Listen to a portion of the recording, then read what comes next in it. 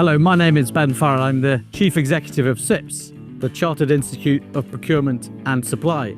And since becoming the Chief Executive, I've been thinking a lot about the future, and I've had a chance to discuss this fascinating subject with many experts as I've traveled around the world. And today I'm at the Museum of the Future in Dubai. Part of the reason for coming here is to educate myself on what the future world might look like and the implications of that for procurement and supply. So often in business today, that we think about the risk of the opportunity for disruption this year, the next, and a few years ahead of ourselves. In all the conversation I've had, I've increasingly come to the point of view is to get ahead of the curve and really be able to create the world we want to live in. We've got to think longer term. And so all my thought has been around the world out to 2050. So I wanted to start with that world before talking about the implications and the changes in CIPS of this world with you today. In 2050, in a physical sense, you'd be right to say there's nowhere in the world I could reasonably predict what the world will look like in any way.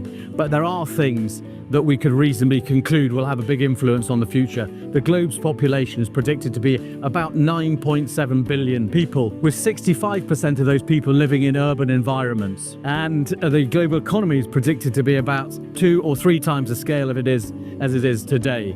In transportation alone, the combination of AI and Hyperloop have the possibility of introducing travel at speeds we couldn't imagine today. In the virtual world, a combination of things like quantum computing, solving problems that take hours to do in a nanosecond in the future. Extraordinary things like Lunergy, where there's vast solar fields of capturing solar energy in space and transmitting that to Earth through microwave links. Think about the supply chain and procurement implications of that type of thing. Amazing advances in medical care, prosthetics and genome and organ replacement and regeneration, all extending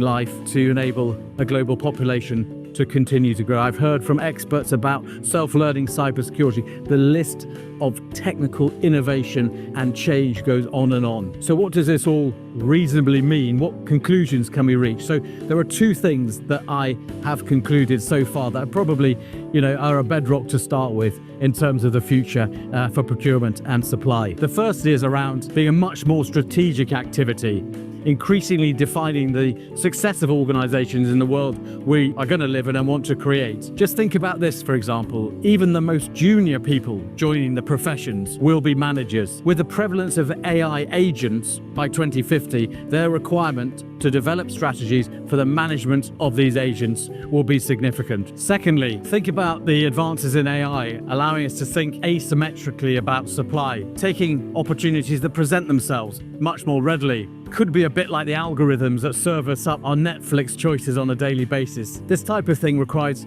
input in terms of a strategy and approach and defining some parameters, and the flexibility and agility and creativity to respond. So it's no longer about a process, it's about an outcome and driven by strategic input, delivering the best business solutions. And the third area that means, I think, is around strategic change is about the nature of business and the blurred boundaries between business and other organizations supporting. And you can see this increasingly happening to this day. This means more organizations working collaboratively, demanding strategic alliances, mega supplier strategies, real network thinking, highly developed relationship management, and real cultural awareness, and the list goes on. So secondly, and one of the things that has come through very strongly to me is I've become more and more convinced about procurement supply professionals increasingly leading businesses in the future. There are a few standout CEOs at the moment, people like Tim Cook leading Apple, but I can see more and more people doing that in the future.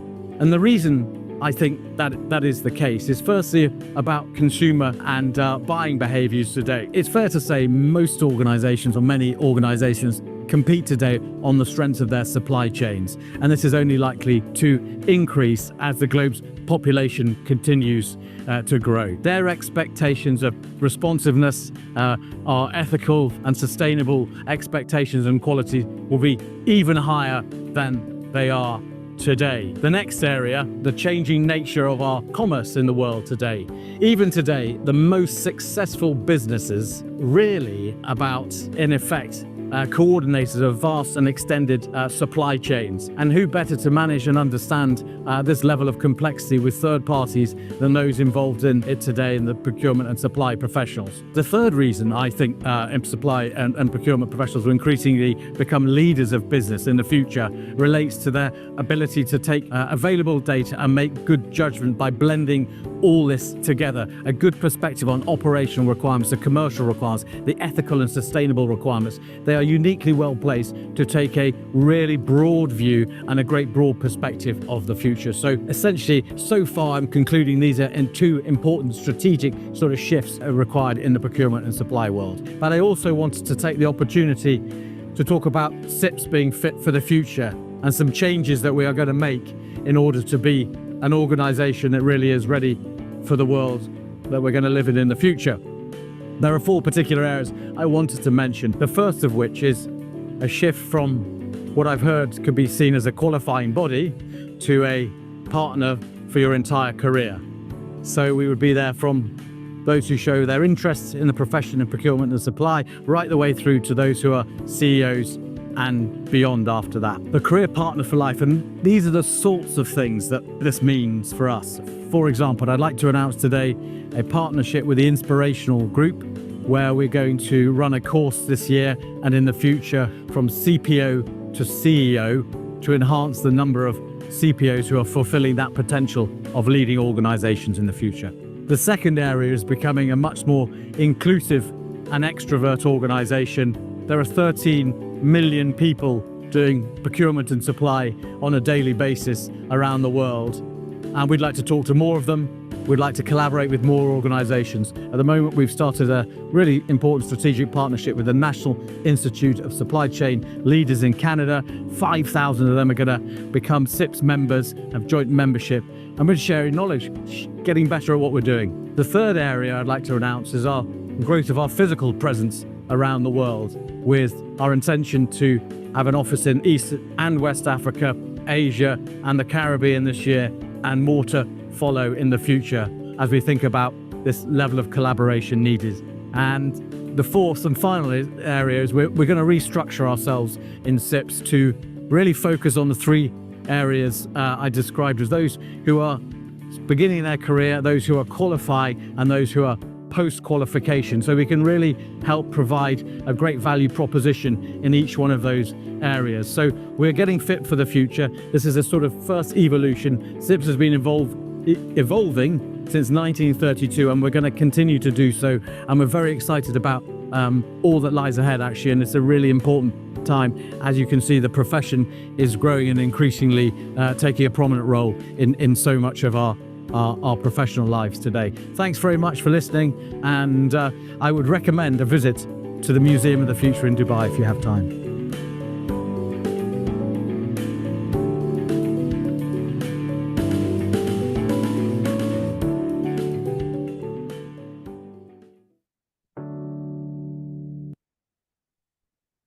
Well, thank you, Ben, and good morning, good afternoon, and good evening to everyone. Thanks for joining the webinar. My name's Sam Achampong. I'm the Regional Director for CIPS, and I'm the host for the webinar today. The host we have today is a great guest who we've been trying to get on our webinars for quite a while, and he's here to talk to us about a number of things that are going on in the world right now, including the most topical of them all, which is tariffs. So today we have Thomas Gaengler, who's the Chief Procurement Officer for Mondelez International, with a vast amount of experience across supply chains and procurement across a wide range of commodities over his career. So we'll speak to Thomas shortly. Thank you all for joining once again. Before we do start, some housekeeping rules. If you do have any questions, please do just put them in the Q&A box here within Zoom. What we are going to do is we're going to commit to making sure that we allocate plenty of time at the end, probably the last 20 to 30 minutes of this webinar at the end, to take any questions you have. The first part of it, we're going to ask Thomas's views on tariffs and anything else really that comes to mind. But after that, really the opportunity is for any of you out there who've got any burning questions for Thomas to pose them within this scenario. So it's really an open webinar. We're really looking to give the opportunity for Thomas to share what he needs to share with you and for all of you to join. So without further ado, good afternoon to you, Thomas. How are you doing? Good afternoon. Pleasure being with all of you. Thanks a lot for dialing in, and hopefully, I can answer the questions you might have and give you some valid information for in your current jobs and maybe also for your future jobs. And looking forward to a good discussion. Fantastic. Now I'm dialing in from Dubai, obviously. Where are you based right now, Thomas? I'm now based in Zurich since a year. Prior to that, I was based in Singapore. Prior to that, in Dubai, where you are, and prior to that, in Vienna and a few other locations. So now I'm back to Europe.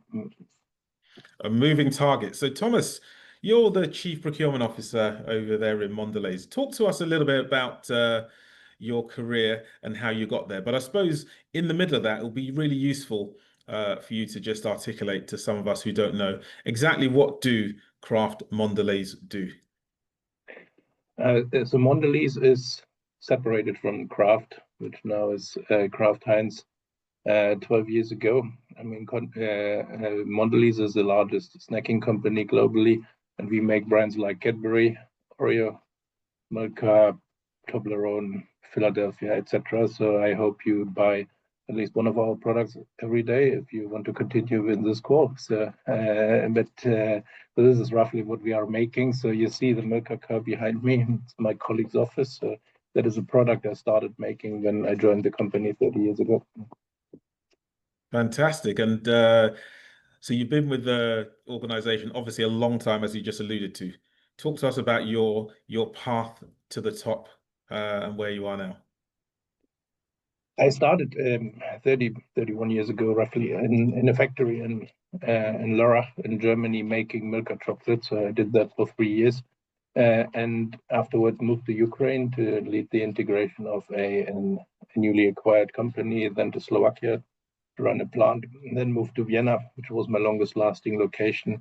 So initially running a plant cluster and then a region, the supply chain for a region called Central and Eastern Europe, Middle East, and Africa. So geographically quite a vast one. And with the later acquisitions of the snacking business of Danone and of Cadbury, also one with many new locations from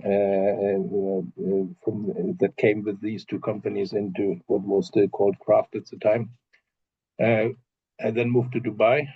We reorganized a couple of times and run a region called Eastern Europe, Middle East, and Africa from Dubai, and then moved on to Singapore and was the end-to-end supply chain lead for Asia Pacific, Middle East, and Africa. So the Asian part, Australia, New Zealand, and Africa. And then 3 years ago, I was asked to lead procurement for Mondelez, and did that initially from Singapore until my 3 of my 4 boys had finished school, because they were in the English system, so they couldn't disrupt the last 2 years. And then a year ago, moved back to Europe with the family. So certainly a better place to run a global job or to do a global job than Singapore. So at least I'm doing fewer night shifts now. So that means I'm only in procurement for the last 3 years, and 90% of my career were in end-to-end supply chain. And how was that transition? What's the difference in your role, would you say, now from being end-to-end supply chain, I guess, and now being that Chief Procurement Officer? It's very different to be an internal customer of procurement with some functional responsibility, or to be the one who has to set the strategy and the policies for the procurement of the future. And of course, I mean, in Mondelez, procurement is responsible for 26 billion out of our 37 billion revenue. So it is an area everybody has an opinion on.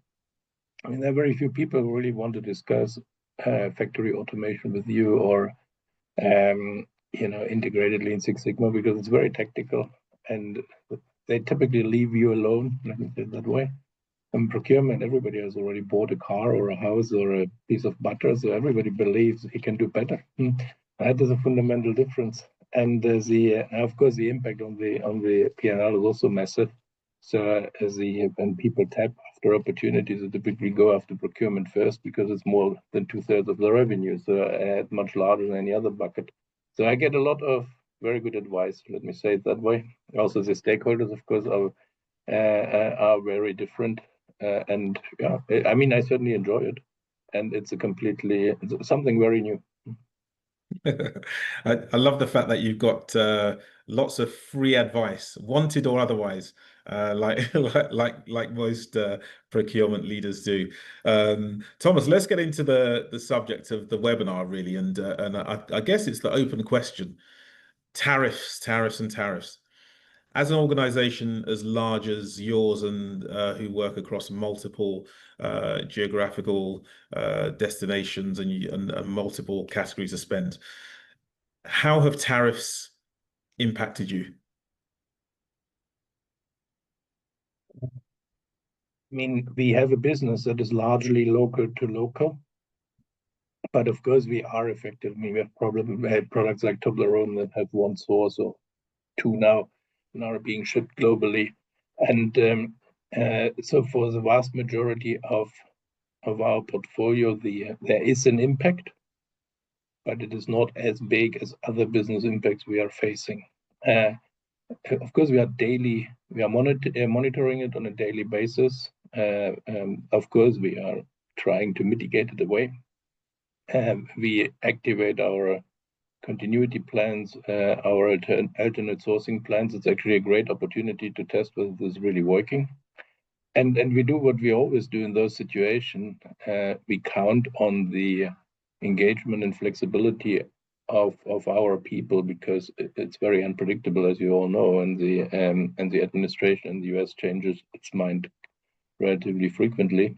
So it's something that changes every day, and we have to cope with it. I mean, the good news is it's common to industry, so we just need to manage better than everybody else. But we have to manage, yes, of course. But again, it's not a challenge to Mondelez only in our industry, and as long as we can do better than the others, we should be fine. Are there specific commodities that because you've got some key commodities in what you do, probably around chocolate, for example. Are there any key commodities that have been impacted more than others and that you've had to put in place certain mitigating measures at all? Yeah, I mean, now that brings me to a different topic. I mean, tariffs are big, and this is, of course, a very serious topic. But for those of you who follow commodities, I mean, cocoa right now costs about 4 times more than the long years average. So it is an existential issue for the entire industry, and that is a factor of 40 or 50 compared to tariffs. So right now, whatever the meeting topic is in Mondelez, and I'm sure in the other chocolate companies as well, after 2 minutes, everybody arrives at the cocoa price and wants to discuss that. So it is by far a more significant topic than tariffs or supply chain disruption or the oil price spike from yesterday, etc. So it is an issue that we did not see coming to that extent. We saw it coming, but not to the full degree. And it is something that requires massive adjustments in pricing and sizing and everything across the globe. So that is our number 1, 2, 3, 4, 5 priorities, and a long time nothing, and then maybe 10 or 11 is tariffs. So the price of cocoa is something that's prevailed, and what you're saying is it hasn't really been affected by tariffs. It just remains an underlying problem in terms of the price continually, regardless of what's happened recently with tariffs for yourselves. Yes, exactly. I mean, initially the US had also announced tariffs for cocoa imports, but then realized after a few days that there is actually no cocoa in the US. It would only drive inflation, so they took basically several base commodities off the list. So I mean, so far we are not really materially impacted by or the cocoa prices are an issue per se, but they are not. The issue is not being made bigger by tariffs. Of course, there are other, there are still ingredients that we source from China or from other geographies that could potentially fall under tariffs going forward. There's also there are ingredients that we source, secondary ingredients, tertiary ingredients that are part of stuff we are buying, and of course we don't have full visibility vertically upwards now, so we we don't always know who buys from where, and our suppliers will again also be affected by tariffs.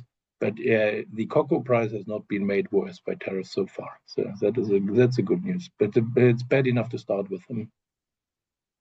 Fantastic. So I guess in terms of, mitigation against tariffs is a form of resilience, which probably sits square on your lap. So do you have any existing playbooks to deal with these kind of issues that come along, whether it's tariffs, whether it's the fluctuation of the cocoa price?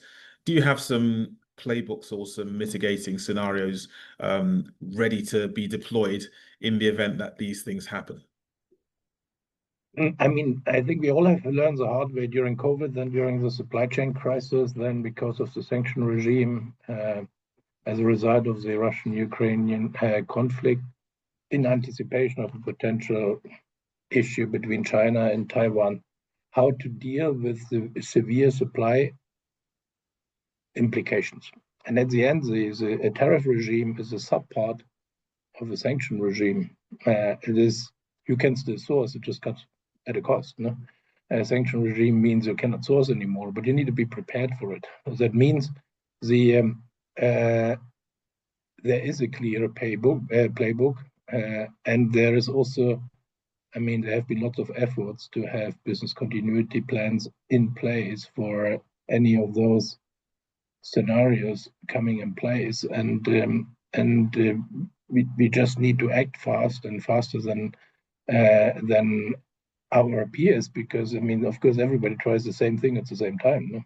So if there's high tariffs from Vietnam or from China, and people try to go to an alternative source, if everybody else tries the same, and the source doesn't have the capacity, it doesn't really help you. It's also important that you test those scenarios before the issue actually happens, and have co-sourcing already before the crisis kicks in, because only then you have a credible relationship with your alternative sources and your alternative suppliers. And you need, I mean, the most important in all the situations, as they always come as a surprise. I mean, they never happen when you expect it, and they never happen exactly how you expect it. You need to be stuffed for dealing with it. So, I mean, at the end, it depends on the team you have, how effective your response can be. So you need a healthy mix of people who have gone through the previous crisis and people who can evolve the system to respond to it, and you need to have them on board.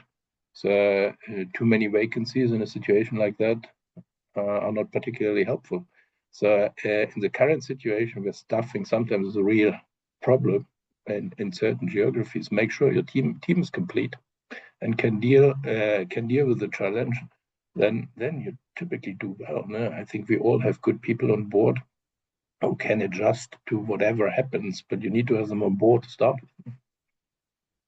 So you've had a relatively stable team who have learned the lessons from previous issues such as COVID, maybe since Russia and Ukraine, presumably, so that when something like tariffs come along, or the everlasting issue with, in your case, the cocoa price, you've got a bit of resilience in there to deal with them.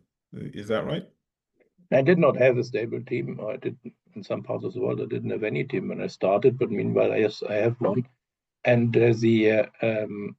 a very limited fluctuation, and yes, ready to respond whenever something like that happens. And I mean, we have to also be honest. I mean, it is not a surprise with the result of the presidential election in the US that we have a tariff discussion again, because that was announced up front. So I mean, now saying, oh, this is something we didn't have on the radar, would be a bit irresponsible. No, of course, we needed to have it on the radar because the likelihood that the election ends that way was 50%, and the likelihood that afterwards we would have a tariff discussion was 100%. So, I mean, of course, some degree of preparedness, I assume, happened everywhere. I hope to the right degree. I think that's a great perspective, because what you're saying is, look, maybe some of the issues that you faced would have been a problem, or would have been more of a problem, but clearly you've anticipated them to minimize the problems. That's a great perspective. What would you say the other, in your experience, issues, supply chain or procurement wise, have you come across, and how have you mitigated it? I mean, right now, and this is again an observation across industries, and it's driven partly by the remote working experience that we all had the opportunity to enjoy, or at least explore, during COVID. It's very hard to get people back into some of the highly operational environments. So, I mean, in supply chain, it's typically manufacturing, and I mean, it would also be sales. So if there's an area we all need to focus on, is to get the people back where they have to really spend 5 or 6 days a week at the front line, because running a plant from your home office is not particularly effective, or trying to do sales from your home office is also not particularly effective. But many people now expect to sit at home for 3 or 4 days a week, and that reduces the number of people wanting those jobs. No? So please be prepared for a crisis, that you have people on the ground who can manage an issue on the ground, and that's not through PowerPoint, because it happens not to work. No? And many people might believe they can make it work through PowerPoint, but in real life, unfortunately, that may not work out. No? So frontline, having your frontline staff, the people who really move the pallet and switch on the machine, is the absolute prerequisite for success in a situation like that. You know, there are enough people who can give smart advice and you know, shift paper from the left to the right end of the table, but you know, the physical activities, I think that's a bottleneck. That also, combined with demographics and the lack of willingness to go into technical degrees, etc., you know, is in some parts of the world.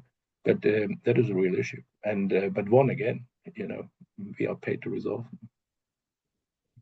Good observation in terms of you know, procurement leaders being paid to resolve those things. I guess the smoother your operation is, the more successful you are as a procurement and supply chain leader. So, but it's also a great observation in terms of remote working. And are there anything specific that Mondelez are doing to I guess alleviate that if it's an issue? Yeah, I mean, it's. I mean, first of all, we work on the attractiveness of us as an employer, and I mean, that is not an issue in many places, but there is a room for improvement in others. I mean, there are places where, I mean, where in India or in Australia, everybody wants to work for Cadbury. So it's a, you know, but it's not like that everywhere. There are other alternatives. And you know, people want to go rather to Porsche or BMW, and then you have to work harder to get them. No? And that is number one. And the other pieces, I mean, we also have to work on the pay piece. I mean, if there are not enough people who want to do hardcore frontline jobs, and we have to pay them better. And you know, make that more attractive than doing 50% office, 50% work from home. It is simply, I mean, it's a supply and demand equation. We have to reflect in our people policies as well. Do you have a challenge attracting particularly procurement and supply chain professionals or appropriately qualified or trained or skilled procurement and supply chain professionals in the current environment at all in any of your locations around the world? What's the scenario? In procurement, not at all. I mean, in the world of priorities, I would say procurement is fine. Also, customer service and logistics, typically not a problem. The manufacturing can be tough, no? Across Western Europe and North America. Simply a combination of lack of skilled workforce. I mean, I'm not talking everything from operators to plant managers, and demographics, and stop of immigration in the US, because many people who came into the country actually worked in manufacturing. So in the more administrative areas, also in the hubs, we can find the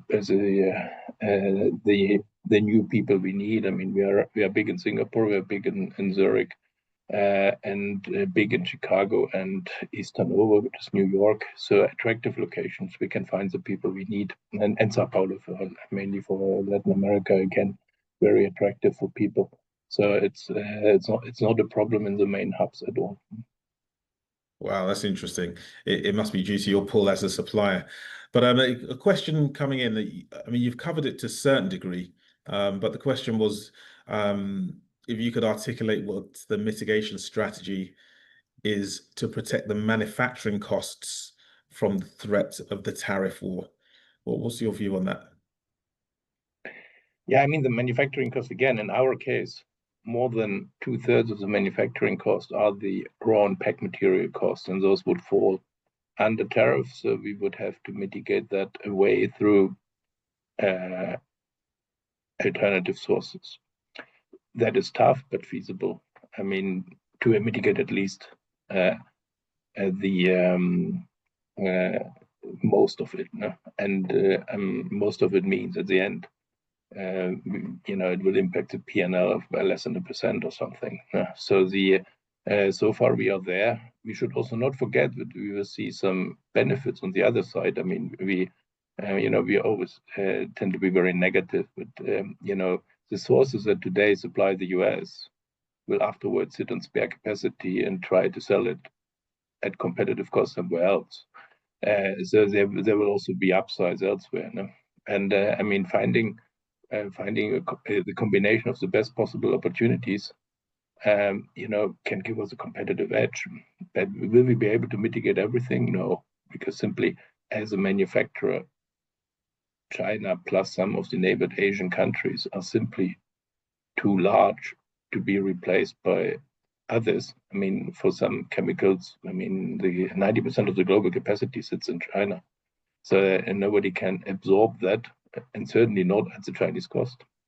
I mean, several of previously industrial countries has completely deindustrialized and is now surprised at how big their dependence is actually on some of the Asian producers. But again, common sense should have told them quite some time ago that tariffs will, at the end come through in full, because there's no alternative available. The only alternative towards the tariffs is to cancel the tariffs, no? But I mean, there is limited alternative supply for certain areas. And have you had effects on your retail products so far in terms of pricing or availability to date yet from tariffs, or are your strategies already come into effect? Yeah, we have an impact, which is also material. It's dozens of millions of dollars, but it's not hundreds of millions of dollars. And we are working on the dozens of millions of dollars. And we have been able to mitigate a significant portion, but not all, simply because there is no alternative available. No? or I mean, and it's probably getting worse because I mean, certain critical tariffs have just been pushed out by 3 months. So we will see what the new regime will be with the European Union, or between the European Union and the US, because there's a lot of product going from Europe into the US, not only product, but also capital equipment, for instance. As the US basically doesn't make any machines anymore, so they either come from Europe or from China. So you one way or the other, there will be an increase in cost. Again, some of the base ingredients that we buy in our ingredients contain, of course, ingredients from India, from China, from Vietnam, flavors. I mean, most of the original flavor components come from Africa or from Asia, and with vanillin or whatever it is. No? So there will be an impact. We will see how this will play out. But for now, we're planning to mitigate most of it to the best we can. Excellent. And do you have a view as to how it's going to play out in terms of whether, you know, this situation is going to be enduring, and or is there a scenario which would, I guess, potentially, for want of a stronger word, leave you worried about the outcome, or are you comfortable that you have you know, underlying and competing strategies for pretty much any outcome? I mean, so far, I mean, I mean, if the North American trade zone would stop working, that would, of course, be an issue because there's so much transshipment between Mexico, Canada, and the US. But this, again, has so far been deferred. So it's not yet a serious issue. Should that change, it would be a massive one. And I mean, that is a concern across automotive, across everybody in this part of the world, because just it's so integrated that it's very hard to go back to a country by country model. No? So that would severely impact us. Then, as said, if there were significant tariffs implemented between Europe and the US and Asia and the US, then of course that would have a noticeable impact. But I mean, let me say it that way again to the discussion we had on cocoa. The pricing actions we have to take because of the raw material cost increase for cocoa will have a multiple of that impact, because if consumers stop buying chocolate, that's a much bigger issue than tariffs on citric acid from China, or a 20% tariff on a machine from Germany or from Italy into the US. So that is, you know, again, in a world of priorities, number 1, 2, and 3 are finding a short, a mid, and a long-term solution for coffee, for chocolate, for cocoa, and then with the rest we will deal, because it's the same impact on everybody. That's interesting because you've gone back several times to cocoa being your main problem, and you know, tariffs being something that can be dealt with. What's led to the price fluctuation in cocoa, and how can you possibly deal with that? I mean, again, something as an industry we have probably also underestimated, not that we wouldn't have expected it, but that it came so fast. It's basically a combination of a variety of things. I mean, there are two West African countries that dominate the world market, have about 2/3 market share, Cote d'Ivoire and Ghana, and became, you know, very comfortable with that high market share. Had actually a genuine interest in high prices because that gave high income, but it also came with you know, less new trees being planted, increasing concerns on deforestation. So the company, so that slowed down the planting of new trees, because previously new trees were planted on deforested land. Then the weather pattern shifted. I mean, global warming or global weather changes kicked in much faster than than everybody had expected. And the cocoa tree is an extremely sensitive animal in a way. So it's a reacting very, very sensitively, particularly to changes of the rain pattern. And other parts of the world have not caught up as fast as we thought in terms of their production, or have even deprioritized cocoa because other crops were more favorable or generated a higher income from them. So I mean, also most of the Asian countries have declining crops like Indonesia and Malaysia, and and some of the Latin Americans didn't take up as fast as we thought. So it's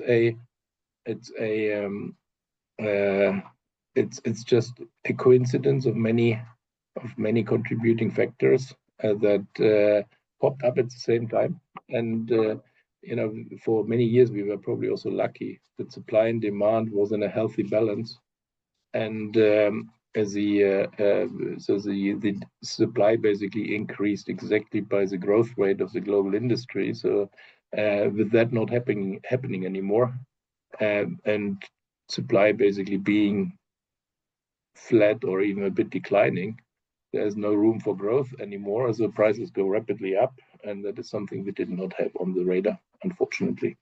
We missed that one, and we are now trying to solve it faster than we would have done in the past. So, I mean, every crisis is actually also good for something, and I think we are now all working intensively on systemic solutions, and I think we are making good progress. Fantastic. And certainly, look, I know the demand for chocolate globally is increasing, certainly from where we sit, especially with the new Dubai chocolate phenomenon that everyone talks about. So of course, we know that that the demand for chocolate is not going away. But from what you're saying on a different subject, Thomas, sustainability seems to be a key consideration for you, an important consideration for you as an organization. Maybe talk to us a little bit as to how important it is, and what are your kind of strategies for ESG? I mean, 90% of Mondelez footprint is scope 3. And that means is completely controlled within procurement. And so we either make our public commitments or we have a fair share of failing. So far, I'm not interested in failing. That means we have to make it work, because the other 10% are, of course, very valid and highly visible. So all these CO2 neutral factories and the solar panels and the parking spots, etc. So this is, I mean, what most people understand is sustainability. But in the if you look into the hard numbers, then it's basically all about cocoa, dairy. There's a lot of milk in Philadelphia and chocolate. Then palm oil, pulp, and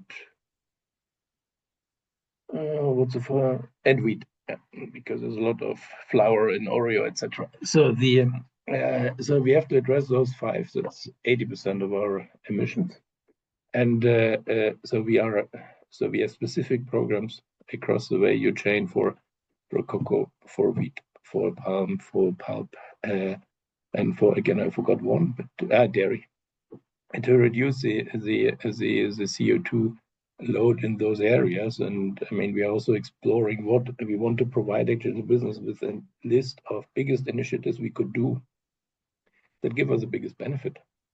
So, and that comes, for instance, planting cocoa on previously deforested land in Brazil is from an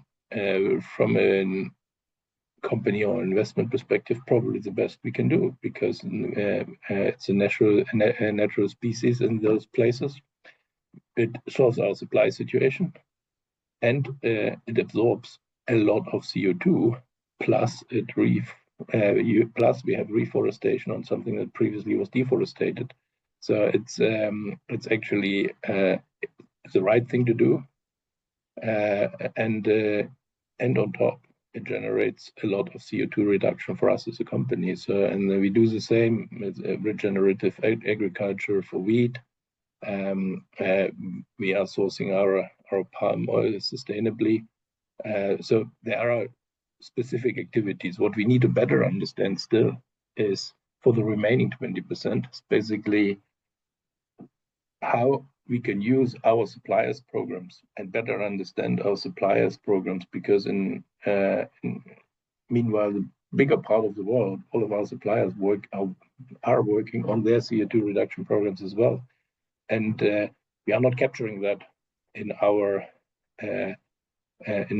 reporting to the full degree. And I think working together, getting those data, and then really understanding how our CO2 footprint evolves is still work in progress. We're working on it, but we aren't yet there. No? But for the key contributors, we have specific programs. And once we have completed a pilot in one of our regions or businesses, we tend to roll it out to the rest of the world. Dairy, for instance, so we piloted in Europe and then try to roll it out to the other businesses where we source large amount of milk. And for those that I think you say 80% of your emissions are scope 3. Do you have a method or 90? Wow, okay, even more. Do you have a method for measuring that and kind of baselining for reduction? What's your plan in that regard? Or do you have a target to net zero? How do Mondelez approach that scope 3 emission? Our baseline is 2018. Okay. We need a 35 reduction by 2030, and then we'll be CO2 free by 2050. And we are on track so far. I mean, the strat plan to 2027 is basically supported by specific projects. We still have some work to do for 2028, 29, and 30. Also to ensure there's real confidence and that that we don't leave all the work to 2030. So but so far so good. I mean, we have a very detailed system, so we know exactly where we are standing, and we are updating it with every acquisition, with every divestiture, etc. That comes our way. But we have invested heavily into the consistency and reporting side. As over time, simply policy makers will simply expect us to report with the same diligence we would apply for our financial reporting. So at the end, I would consider sustainability to be something similar as Sarbanes-Oxley in finance. No? So I think it's the right way to look at it. No? So the data have to be absolutely watertight and credible and precise, and that's what we are working on. More importantly, I think the CO2 target, or the creating a CO2 neutral world, should probably be the last thing to compromise on. No? I mean, I think the weather phenomena we all observe get worse and worse. No? So I think taking that seriously and doing something about it is well invested time. Thanks, Thomas. Pivoting slightly to technology, and there's always lots of talk in today's world about technology and digital. Are there any particular kind of efficiency gains you guys are gaining from the use of technology in any part of what you're doing? Yeah, I mean, I'm not in favor of talking of overusing the term AI, but for me it's more about I would rather call it automation, coming from an operations background. And of course, we have, I think, been much tougher in automating physical processes than we have been in automating administrative processes. And the sort of white collar automation, for the lack of a better word,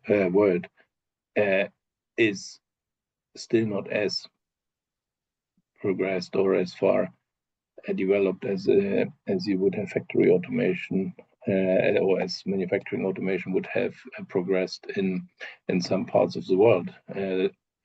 I mean, I think there's probably manufacturing is here, then logistics is here, and administration is here, and I would consider procurement to some degree part of administration, as the contract management, all the payment management, etc.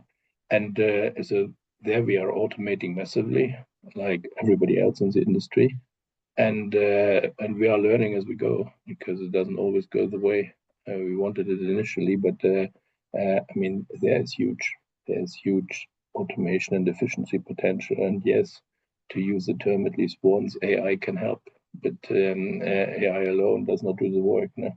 So it's a yes. I think in this area we will see a massive shift, which will then also potentially change the equation between outsourced and in-house services, because once you have harmonized your processes and automated them properly, you can also re-in-house them again, no? Because you are not dependent necessarily on the labor arbitrage that drove most of the outsourcing processes in the first place. No?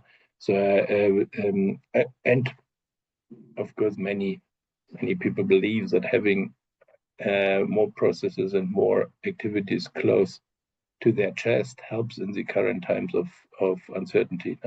So it's a I mean, the pendulum is swinging a bit to doing more in-house, but you can only do that if you have cleaned your house in the first place, harmonized your processes, decomplexified your spec system, etc., and automated it in a way that it's manageable in-house again. Because we all used to outsource the kind of the stuff we didn't want to deal with before cleaning it up, and I think we pay a price for that.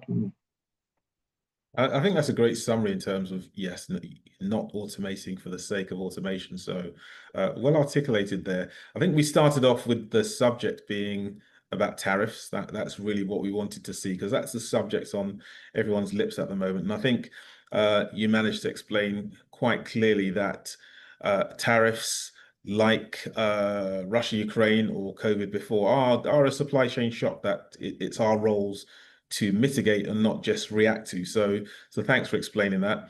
And obviously you've gone through other quite topical subjects, such as how you deal with ESG and also the automation or digitalization. So you've covered all those subjects. So I think for those, I guess, aspiring supply chain or procurement leaders listening, they'll want to put that all together and find out how you got to where you are and how you got to the level of thinking you're at. So give us some few bits of advice for aspiring CPOs as to what are the key things they need to know, focus on, and get in tune with to be successful as leaders of the future. Yeah, I mean, procurement should and has to be part of a business, and always have that in mind when you think about procurement 2030 or 2035 or whatever your strategic time frame is. How would you organize it, and how would you play the interfaces with your sparring partners in your business to make procurement that way your business partner that you want it to be. So because technically procurement is very often set around certain spend areas or certain very technical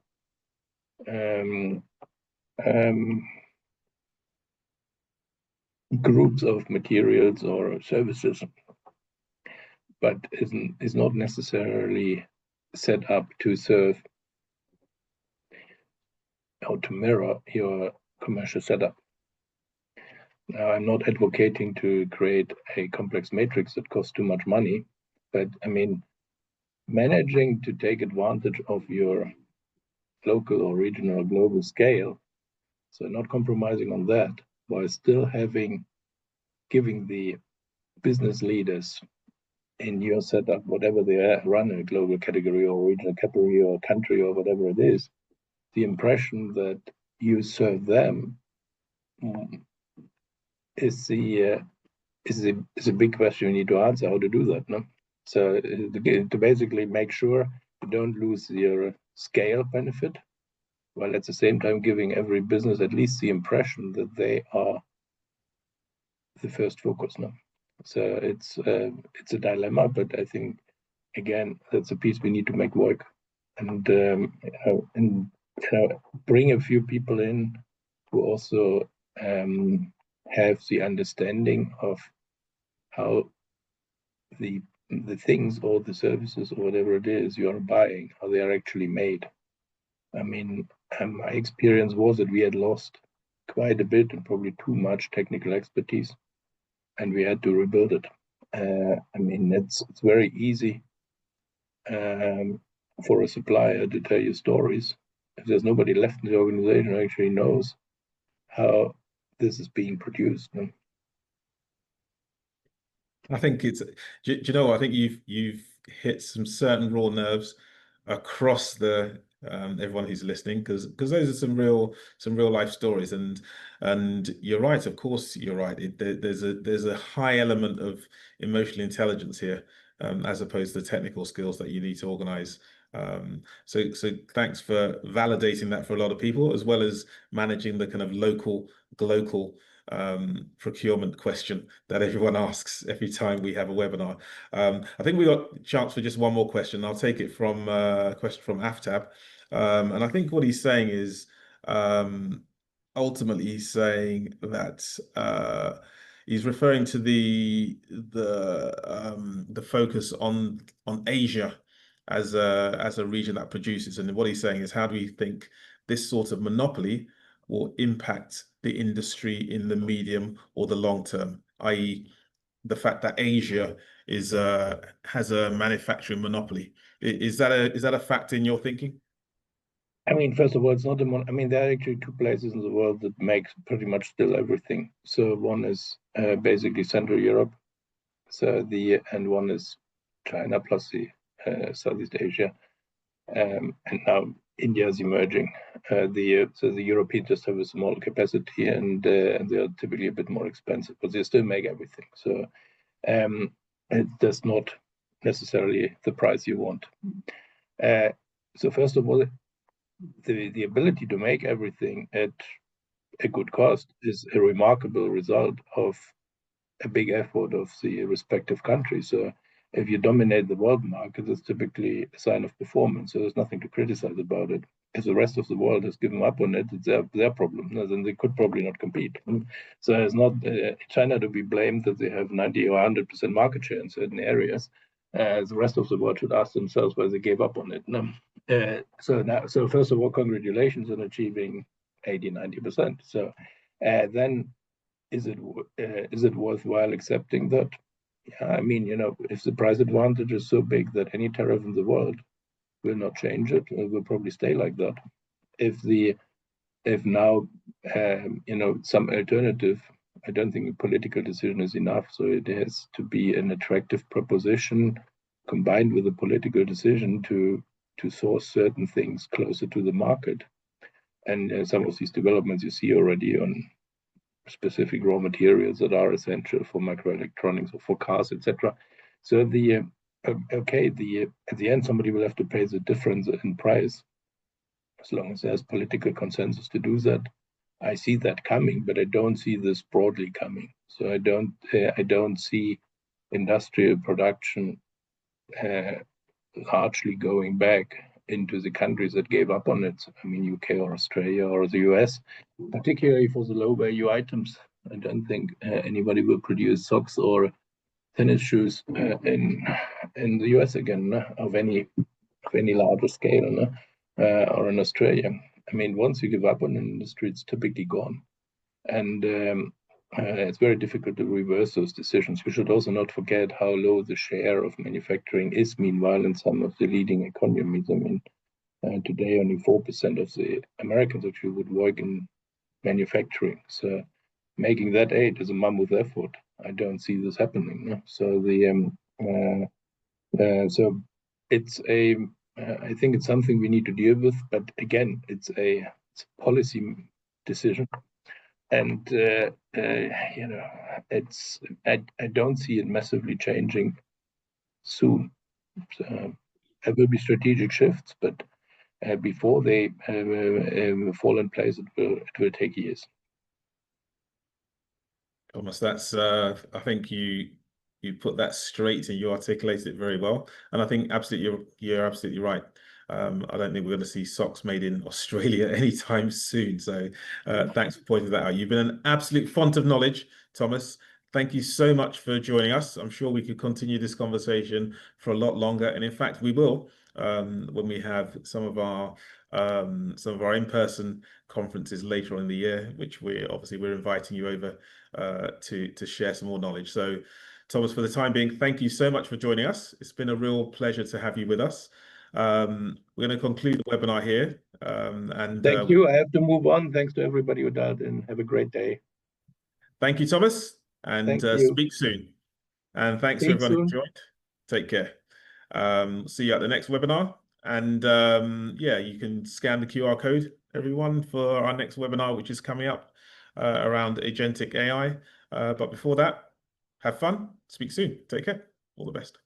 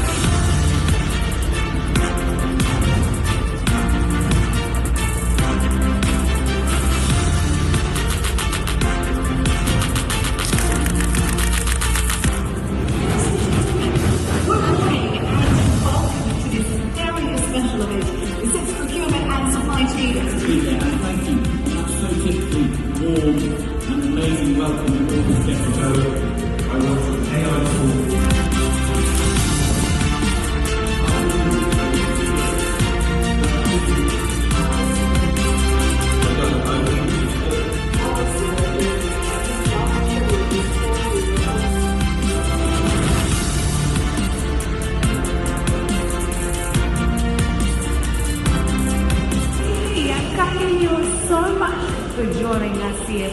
First message